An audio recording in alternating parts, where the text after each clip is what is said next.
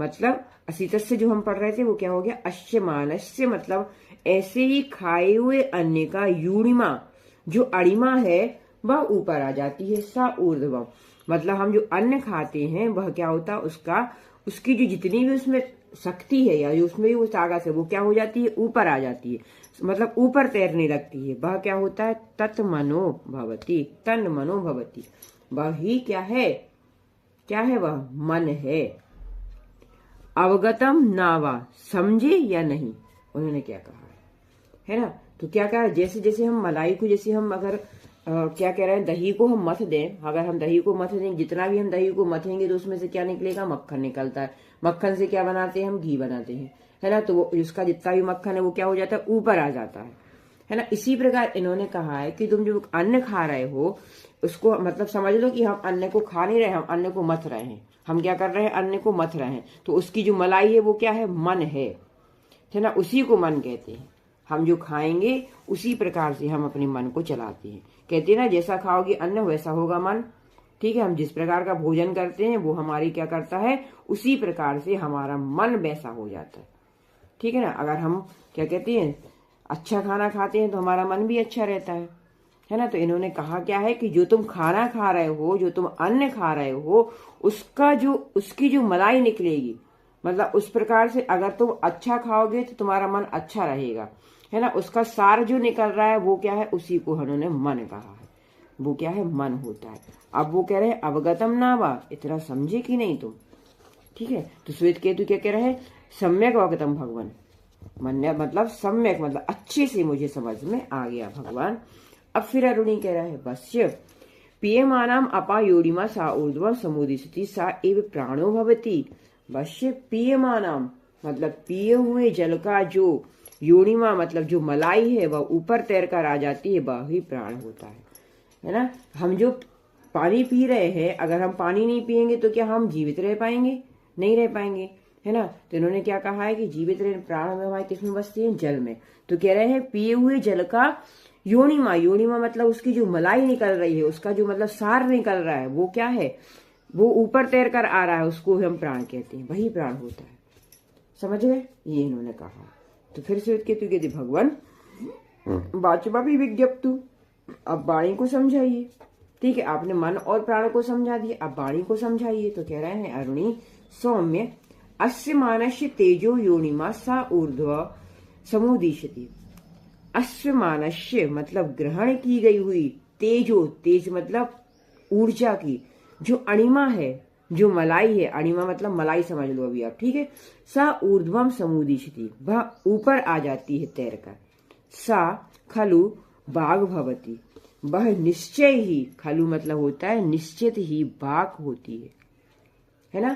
क्या कहा इन्होंने कि जो तुम क्या कर रहे हो, तेज ग्रहण कर रहे हो, है ना। जो तुम्हारे अंदर तेज है, जो तुम्हारी ऊर्जा है ग्रहण, जिसको तुमने जल और अन्न से जो ऊर्जा को तुमने ग्रहण किया है, उसी को उन्होंने वाणी कहा। अगर हम जल नहीं, अन्न नहीं खाएंगे या हम जल नहीं पिएंगे तो क्या हम इतना बोल पाएंगे कि हमारे पास इतनी ऊर्जा रहेगी, क्या इतनी ताकत हमें रहेगी, नहीं रहेगी। तो इन्होंने क्या कहा है कि अस्यमानस तेजो योनिमा, अस्यमानस मतलब ग्रहण की है जो तुमने तेज को, वायु, तुमने जो ऊर्जा को ग्रहण किया है, किसके माध्यम से, अन्न और जल के माध्यम से, है ना। वही क्या है, तुम्हारी वाणी है, उसी को हम वाणी कहते हैं।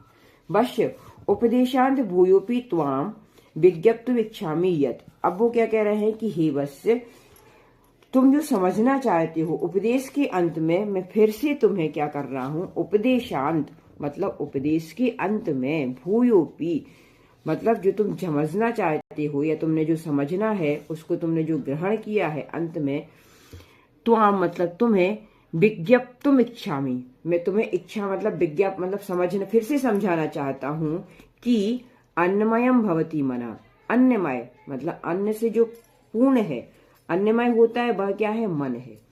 अपोमय जो है वो क्या है, प्राण है।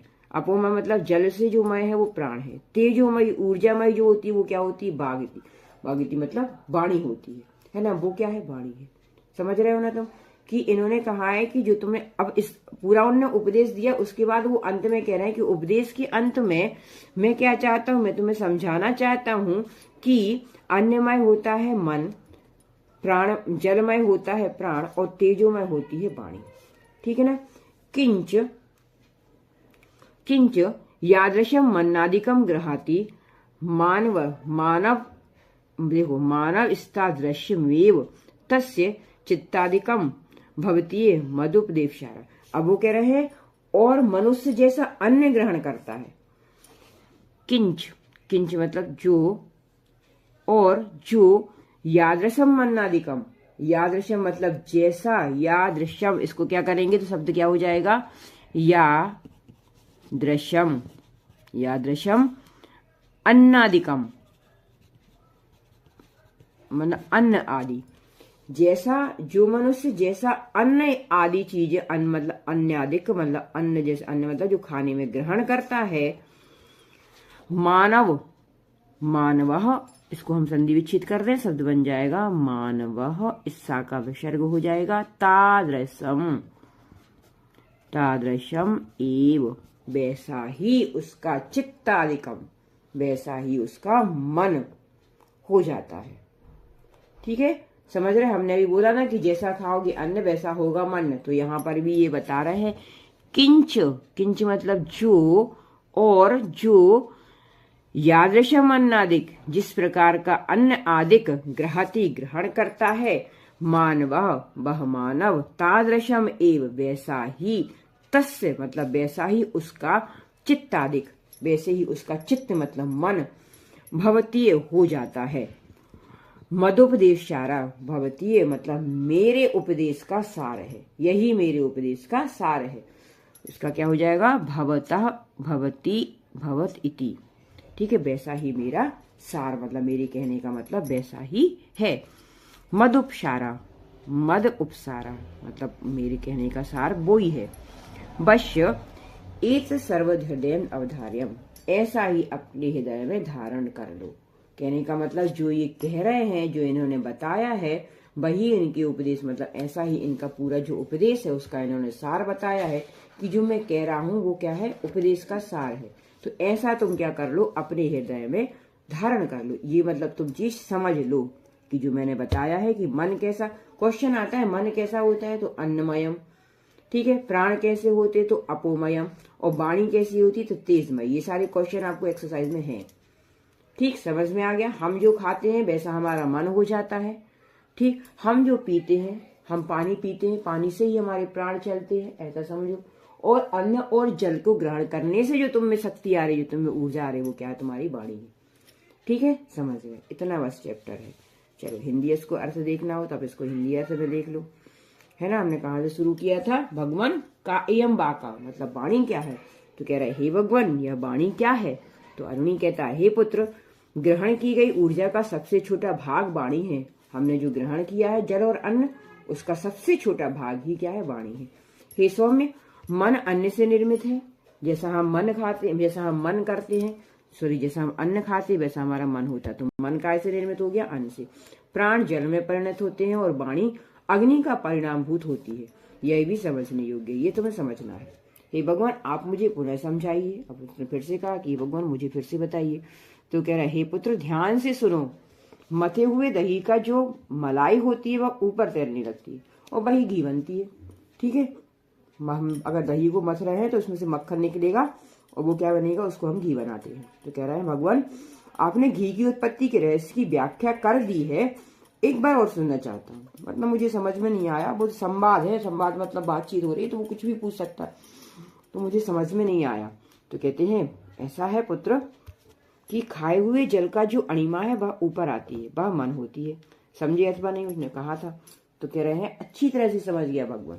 हे पुत्र पिए हुए जल की जो अणिमा है मतलब पिए हुए जल की जो मलाई है, मलाई समझ लो अपन तो, है ना, ऊर्जा जो है वो कह रहे हैं उसका सार क्या है, तो वो कह रहे हैं प्राण है ना, वही प्राण है और वही प्राण होती है। ठीक, हे भगवान वाणी को भी समझाइए। तो कह रहा है हे पुत्र ग्रहण की गई ऊर्जा की जो अणिमा है वह ऊपर आती है, वह निश्चय ही वाणी होती है। हे पुत्र उपदेश के अंत में मैं फिर से तुम्हें समझाना चाहता हूँ कि जो अन्नमय होता है वह मन है, जो जलमय है वह प्राण है और जो तेजमय है वह वाणी है। और मनुष्य जैसा अन्न ग्रहण करता है उसका मन आदि वैसा ही बन जाता है ना। यह मेरे उपदेश का सार है। हे पुत्र यह सब हृदय से धारण कर लो। ठीक है, मतलब तुम ये सब बातें अच्छे से समझ लो। ठीक है, इतना ही हमारा चैप्टर इसमें दिया गया है। इसके बाद जो है वो आपको एक्सरसाइज दी गई है। ठीक है, चलिए आपको जो कुछ भी जहाँ पर समझ में नहीं आता है आप हमको कमेंट्स करके पूछ सकते हैं। ठीक है, एग्जाम आने वाले, इसीलिए ये सारे चैप्टर हम आपको लास्ट में करा रहे हैं ताकि आपको एक बार पढ़ लो तो आपको ये दिमाग में बने रहेंगे। ठीक है, वीडियो को लाइक जरूर किया कीजिए और जो नहीं समझ में आता उसको आप हम कमेंट करके पूछ सकते हैं। वीडियो अच्छा लगा हो तो लाइक शेयर और सब्सक्राइब जरूर करें। Thank you.